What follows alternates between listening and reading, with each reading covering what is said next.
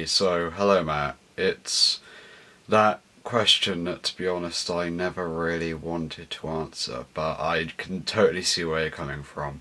Alright, I'm going to do something completely different for this vlog. I'm going to do my review first, and then I'm going to answer your question. So, first of all, today's movie review is going to be of War for the Planet of the Apes, which is part of a trilogy, a pretty successful trilogy, probably one of the most successful in the last decade.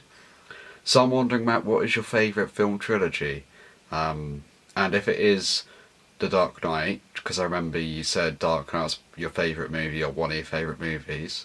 If it is that, what is your second favourite? Because I think that's my guess, but yeah, if it isn't that, what's your second favourite?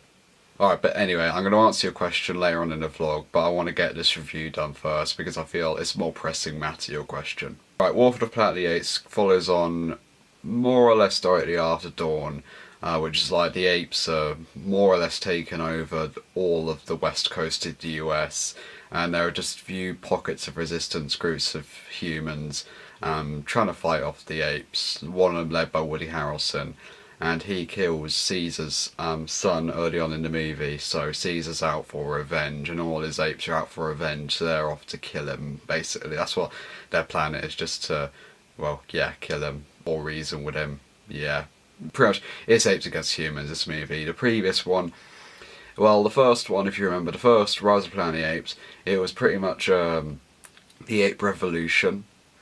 Dawn of the Planet of the Apes was apes and humans trying to get along, but epically failing, and War of the Planet of the Apes is literally just apes against humans, so I must be honest, there's not really a lot of depth in the story, and that's the biggest complaint I have about the whole movie. The first two had a lot of depth to their stories, but this one, the story didn't have nearly as much depth as it had before, and there's a lot of plot holes in it, but if I was to reveal any of them, it would probably spoil the movie, so yeah, we're not going to mention those, but I'll just say the story isn't very innovative, unlike the first two.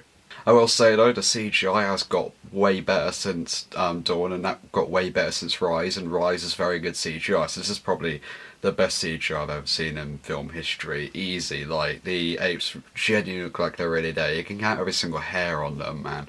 And yeah, the whole visual design of the movie is also really good. I have to commend the movie for that, and the motion capture work and the atmosphere they create by these shots. It's really visually like interesting, and it's one of the few movies that I can honestly be interested in with no dialogue. I can thoroughly enjoy it, even with minimal dialogue, even less good dialogue, and just purely by the visuals, I'm interested by it, and that's the biggest compliment I have to the movie, the fact that it visually is incredible. Of course, Andy Serkis, yet again, is great as Caesar. His motion capture work is phenomenal. I don't know why he's kind of become a motion capture guy, because all you really need to do for motion capture is act, and we've only really seen Andy Serkis act a few times that wasn't motion capture. I mean, it's Gollum in Lord of the Rings, King Kong, he was in Tintin, and obviously Planet of the Apes, and obviously also the new Star Wars movies is Snoke, so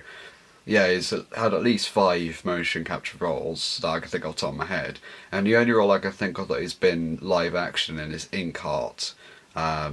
So yeah, and we all remember Inkheart, don't we? So I don't know why he's become a sort of motion capture guy, but he does give a very good performance in this movie, as he has in the other two. Woody Harrelson as well, he's also pretty good. His character is sort of a bit of a cop-out towards the end of the movie, but he is a pretty good villain, in my opinion, and it gives me great hopes for the Han Solo movie, seeing Woody Harrelson in this movie. But other than that, the characters aren't really that good. I mean, you got the other apes who don't talk, and, well, you can't really complain about them, can you?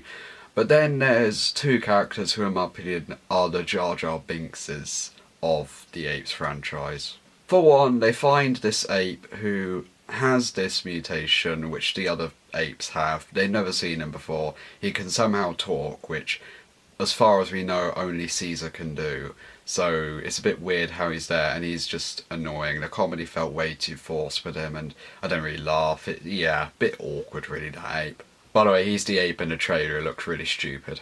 And then the other character was the young girl in the movie. Now, completely pointless. I mean, I saw War of Planet of the Apes only about a week after I saw Logan, which has an incredible young actress. in a role. And the thing is, she in Logan, the young girl, did something in the movie. She actually had a big role in the story. In War of Planet of the Apes, they could literally taken her out and nothing would have changed. They didn't need her. And the young actress was terrible. She won. Well, I highly doubt she'll have a career after this movie. And yeah, not very good. She can't speak, and she has a bit of a story element, but nah, not needed in my opinion. And all the other apes, well, like I've already said, they're okay. So, overall, this is probably the weakest out of the trilogy. Well, not probably, it is definitely the weakest out of the trilogy. It lacks the enjoyability of Rise. It lacks the atmosphere of Dawn. It's just a bit naff. It's a little overrated in my opinion. Not the most overrated movie I've ever seen, but they are overrating War of Planet of the Apes a bit, which is a really disappointing because I love the first two and I was hoping this one would be like better, but nah, it's far from the worst, but far from the best. And now, Matt, the vlogs. Alright, let me get this out of the way first. I'm still waiting for my punishment, so yeah, that's one thing. But anyway, yeah, it's much easier for me to do my vlogs than for you because you work every day and I work, well, seemingly every day, and I work 1 day a week. And I don't have any other commitment, so it's much easier for me to do my vlogs. But yeah, I'm kind of seeing where you're coming from with yours. I mean, I enjoy talking to the camera, like I'm that kind of person, and I'm pretty sure you do too. You definitely did the first 2 years, but I don't know, since you have had a job, I could see in your vlogs, you're not enjoying as much. I could definitely see that. And you said well, I get the idea that you want to carry on until the end of this year, and you're probably not going to carry on. But from my point of view, if you, 100% honest, if you don't enjoy them as much as you used to, I say, the thing is, right, I would say probably take a bit of a break. Like, I don't know, a month-long break to recharge yourself, get everything sorted, and work out a bit of a schedule, like just a month or something, which I think is maybe the most realistic option. But then I realised that I have uni in September, and then I'm maybe even worse than you for scheduling.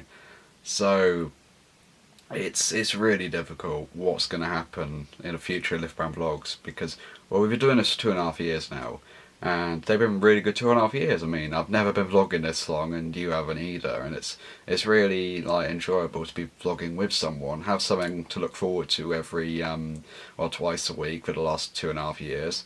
And yeah, it's like that. But yeah, I can never see where I'm coming from, in which you don't enjoy them as much.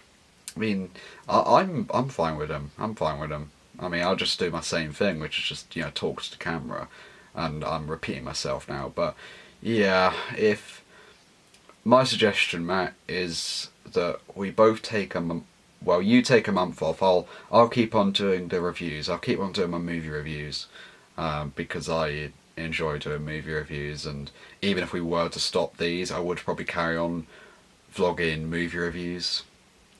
But yeah, if that's the best option I can think of, because ending it in the middle of a year is just stupid. Like, we shouldn't really end these on like the 1st of August, whenever the next vlog is. But yeah, a month off is what I suggest. Like, you come back in September, like, have August off, work a bit, get a bit of money in, and yeah, I can see where you're coming from, but that's, I don't want to finish them. I don't want to stop them, because I enjoy this, and I'm pretty sure if you got the same love you did in the first 2 years, you would definitely want to carry on until we just run out of ideas. I akin this, right, I akin this to, it is sort of like when I was doing my walkthroughs in 2014, and how I took a break of about a year before I did the Crash Bandicoot Redone walkthrough. I tried to do a few walkthroughs very late 2014, early 2015, as you probably see by the early vlogs on LiftBrown vlogs. But I just couldn't get an knack for it, so I took about a year off, and then when I came back to do Crash Bandicoot Redone, I was into it, and I would have done Crash Bandicoot 2 if I hadn't got an Xbox One, but I was so into it after that like year-long break, and I'm pretty sure after a month, Matt, you'll be fine to do vlogs again. But if you really do not think a month will help, well, it's your decision. If you want to finish the vlogs, it's your decision. But from my point of view, I don't want these vlogs to end. I want to carry on doing this for you until we run out of ideas. And as long as I can do them at uni, that's fine with me. So yeah, and it'll be cool to see me in another place, you know, because I've been doing these vlogs in the same house like since, well, my first ever video, and would have been before that. So all your decision, Matt. But either way, I hope you don't stop them. I hope you don't stop doing them. But yeah, take a month off, and I'll see you. If you agree to taking a month off, I'll see you in September. If you don't, then I will see you on Saturday.